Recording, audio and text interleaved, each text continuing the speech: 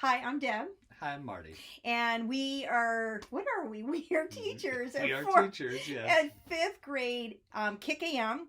And Lori asked if we could talk about how to prepare lessons. So here it goes.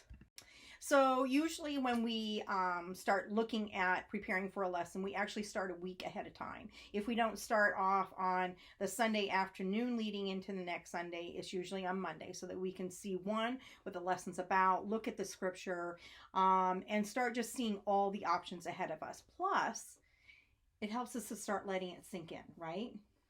Yeah, Deb is more ambitious with that than I am, but I do read the lesson in advance.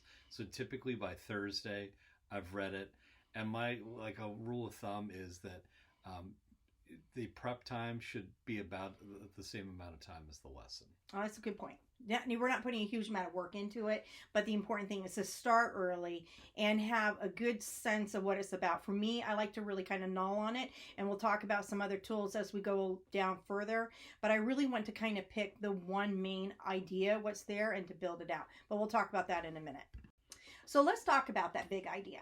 Our lesson, this curriculum, tells us a big idea, something that we put in front of the kids. But I think there's two ideas about the big idea.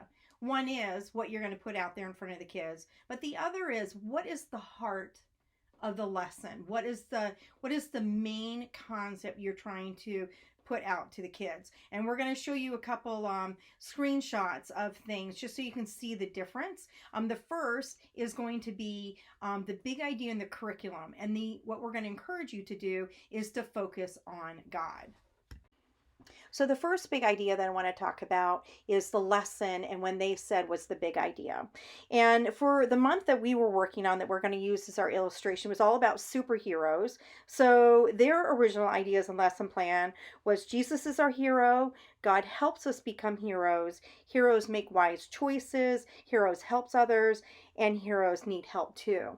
After the first theme, the first week, I felt that the curriculum lost sight and was not staying focused on God. So we made a slight modification in each of these weeks, keeping the same idea, but being much clearer on focusing God. So the second week became God helps us become his heroes, God helps us make wise choices, God uses people to help others, and God allows difficulties to showcase his power. And so now it's all centered on God. Okay, so we're going to walk through the lesson that we used here, and the lesson this week was on Joseph and how his brothers had become jealous of him, and that they were then plotting to kill him. Now we changed we modified it from God helps us to become heroes to God helps us become his heroes, because the story of Joseph isn't what Joseph did, it's what God was able to do through Joseph. All right. So we're going to be talking about how we took the lesson that was in front of us. And now that we've honed on the big idea about God, we now needed to look at the big idea of all the components of the lesson and what we did. So there were a number of themes in this one lesson, believe it or not. We had in this lesson superpower. We had jealousy, gifts and skills like Joseph's dreams and that being a gift given by God for him. We had the physical aspect and some activities surrounded the colorful coat. And then there was the one set of verses that gave us close to the end of the lesson, armor of God. And that started highlighting the shield. And that started becoming, as I looked at the lesson, what I wanted to hang our hat on, which was God being our shield and enabling us to function in adverse situations, but he was there with us all along the way. So now that we know what our theme was going to be, the armor of God, the shield, now the job was to try to figure out all the activities that were going along in the lesson, how we were going to hone in on them. As you can see here just on this slide, there were a lot of activities. But as we started going through them, even though I didn't like the direction where some of the activities were going, and I wouldn't say I didn't like, it just wasn't going to be fitting into our shield theme, I really saw some easy adjustments to the lesson to see how it could very easily align to where we were going. So even though there were some things about superhero powers, I knew I could make some minor tweaks and have it fit with the shield. There was one activity that was a relay that I thought was a great activity. It was something good, physical, something that we could do in small groups with the kids, but it wasn't on what I wanted it to be on. So I took the idea of the relay and instead tied it to the armor of God. And we created a relay where we had created these little mannequins of a person. And then we created physical elements of the armor of God. And in small groups, the kids were going to be putting the armor on the mannequin and labeling in words what these armors represented, and they were doing it all being in the Bible and working together in small groups. So we're going to now talk and show you how the lineup became for this lesson. Okay, so now that we knew our theme is God helps us become his heroes, we knew we were going to be focusing on the armor of God, in particular the shield. We then had our lineup of activities. So we now were going to be having the kids start off right at the beginning that they were going to make shields on a piece of paper, but this time it would be what would be God's symbol on the shield as they're reflecting on what they learned from the week before, what they know about God, and what would they put out there pictorially about God.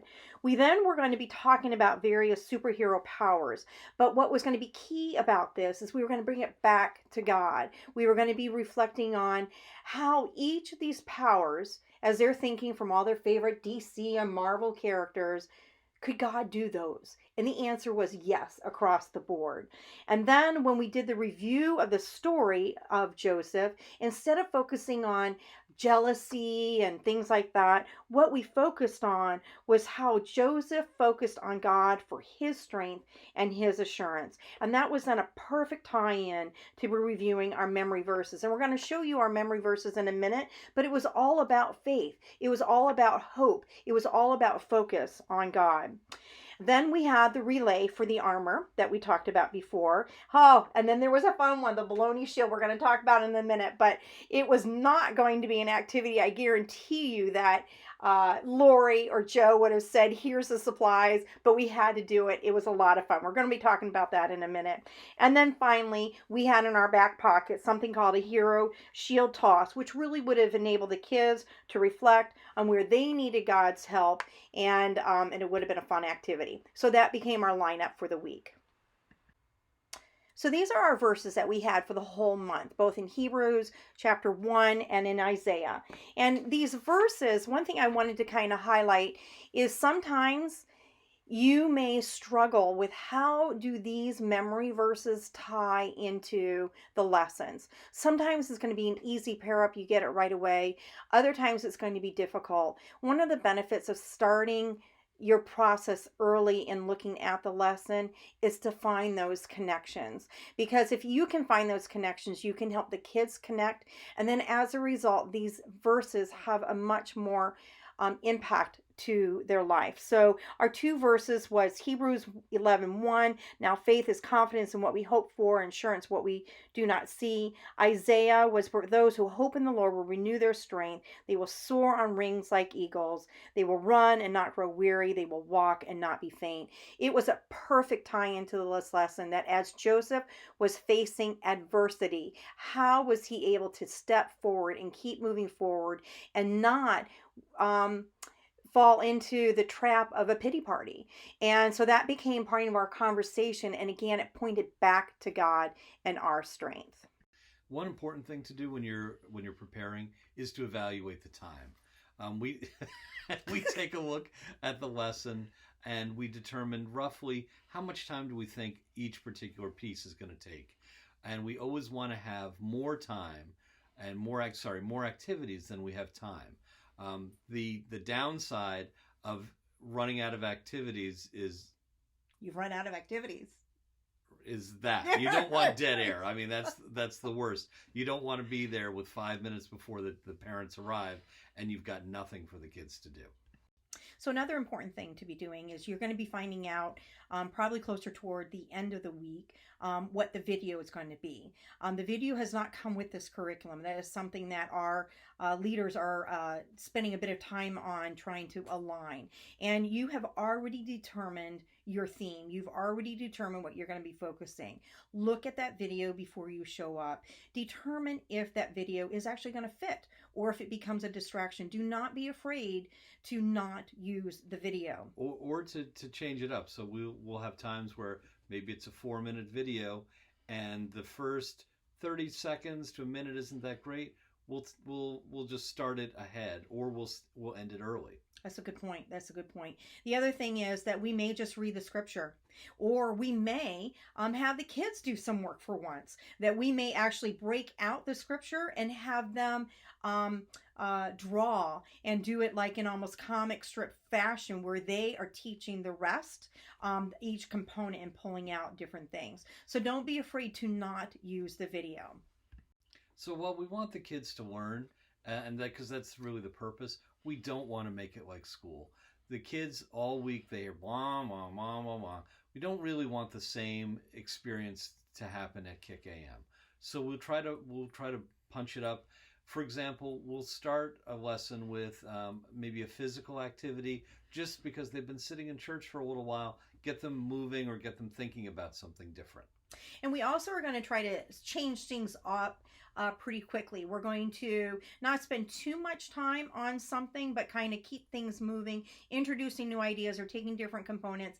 And what's important is that we're going to be trying to insert different voices. So we have the privilege of having 3 on our team.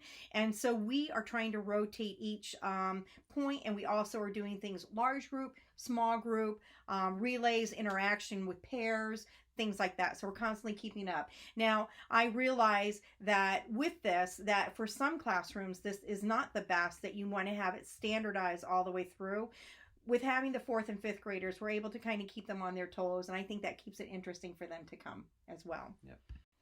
Another important thing is after each activity, there's a nice debrief part of it.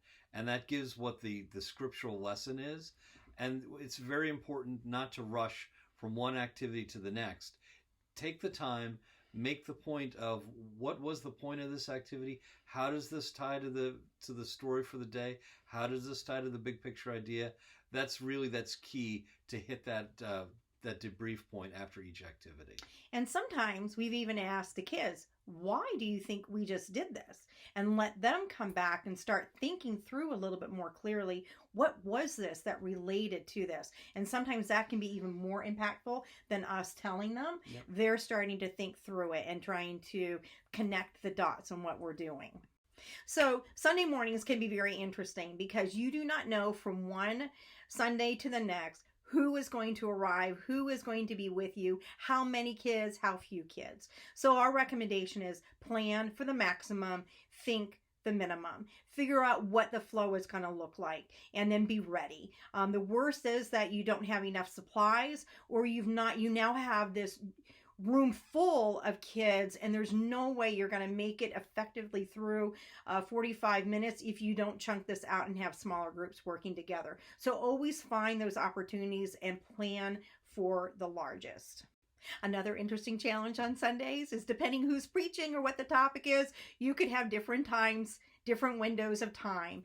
And so come in thinking, let's say it's Travis preaching and you're going to be there the full time, but you also know that maybe it's Carl preaching and it may be a shorter window of time. Have more than what you know you're going to need, and that way you're always ready. The worst thing could be you ran out of things to do. So always think that way. Have your things at the end be your least impactful things. Maybe those are things that you're kind of on, but were fun and could be easily wrapped up as church is wrapping up. Okay, we're almost done. We promise we're almost done. But we do have one thought about when you've actually talked about the story or watched the story on the video. Typically this curriculum has kind of questions that are a little bit more factual, based on like what happened here, who did this, that type of thing. I would really encourage you, if the lesson doesn't have it, to ask questions of the kids, and this can be for all ages, of more of, I wonder what they were thinking about. I wonder how they were able to move forward. I wonder where God was in this. I wonder why God would put this in the Bible. These type of questions start bringing the kids to a new level, to start piecing things together. So take those opportunities. It doesn't take a long time for you yourself to quickly identify those questions, and they could be just 2 questions, 1 even. Just a week ago, we had a question out there. It was trying to say, what questions might you have? It was Jesus in the temple.